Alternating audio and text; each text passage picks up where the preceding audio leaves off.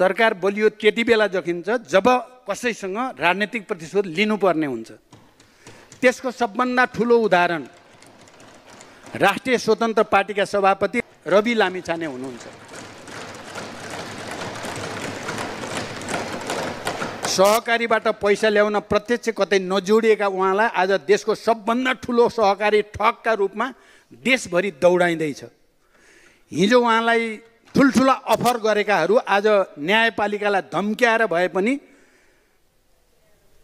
फसाई छाड्ने कसरतमा हुनुहुन्छ। त्यसको लागि सिङ्गो राज्यको दुरुपयोग भएको छ। राजनीतिक प्रतिशोध र पूर्वाग्रहबाट सम्पत्ति शुद्धिकरणको आरोप लाग्ने र त्यसबाट सांसद पद निलम्बन भइहाल्ने हो भने भोलि यसको कुन तहसम्मको दुरुपयोग होला? म जिम्मेवार नेताहरूलाई विशेष रूपले आग्रह गर्न चाहन्छु। अहिले कसैलाई प्रतिशोध लिन त तपाईहरुलाई मजै लागेको होला, तर भोलि आफैमाथि यही बज्रिन थाल्यो भने के होला?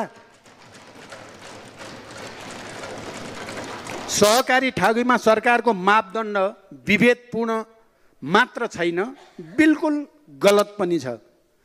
सत्ताको मान्छे घरमै बसेर फरार हुन पाउने, अन्तिम दिन अदालतमा हाजिर हुन पाउने, त्यही दिन पेशी पाउने, त्यही दिन बयान दिन पाउने र घर जान पाउने। उता रोजगारीका लागि दलाललाई पैसा बुझाउने सोझा निर्दोष जनतामाथि मुद्दा चल्छ, तर मानव तस्करीमा सिधै जोडिएका मन्त्रीलाई मुद्दा नचालेर उन्मुक्ति दिइन्छ। अहिले त तपाईहरु बलियो भगुनाले हामीले ठुलो बहादुरी गर्यौं भन्न सक्नु होला, तर जनताले गहिरो गरी नियालेर बसेको छ यो सरकार। एकातिर प्रतिपक्षी पार्टीका सभापतिमाथि संगठित अपराधको समेत मुद्दा किन थपिएन भनेर महान्यायाधिवक्ता कार्यालय मार्फत जिल्ला सरकारी वकिलको सरुवा अनि छानबिन सुरु हुन्छ। अर्कोतिर त्यही दिन सरकारी जग्गा भ्रष्टाचारमा आरोपित सत्तारूढ सांसदमाथि मुद्दा नचलाउने निर्णय सरकारी वकिलको कार्यालयले गर्छ। सत्ताको यो तहको दुरुपयोग र मत्स्य न्यायले हामीलाई कहाँ पुर्याउला?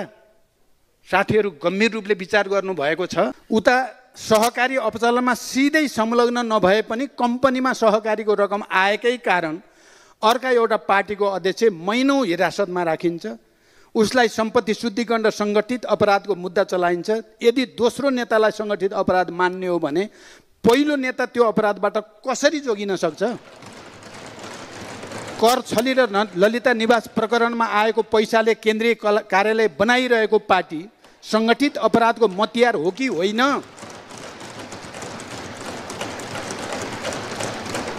यो सदनले गम्भीर रूपले विचार गर्नुपर्ने विषय ठान्छु म। यो चाहिँ भ्रष्टाचार निवारण ऐन संशोधन विधेयक र अख्तियार ऐन संशोधनमा प्रधानमन्त्रीको ठाडो हस्तक्षेप नीतिगत भ्रष्टाचार हो कि होइन? यो विषय पनि हामी सबैले गम्भीर रूपले विचार गर्नुपर्ने विषय छ।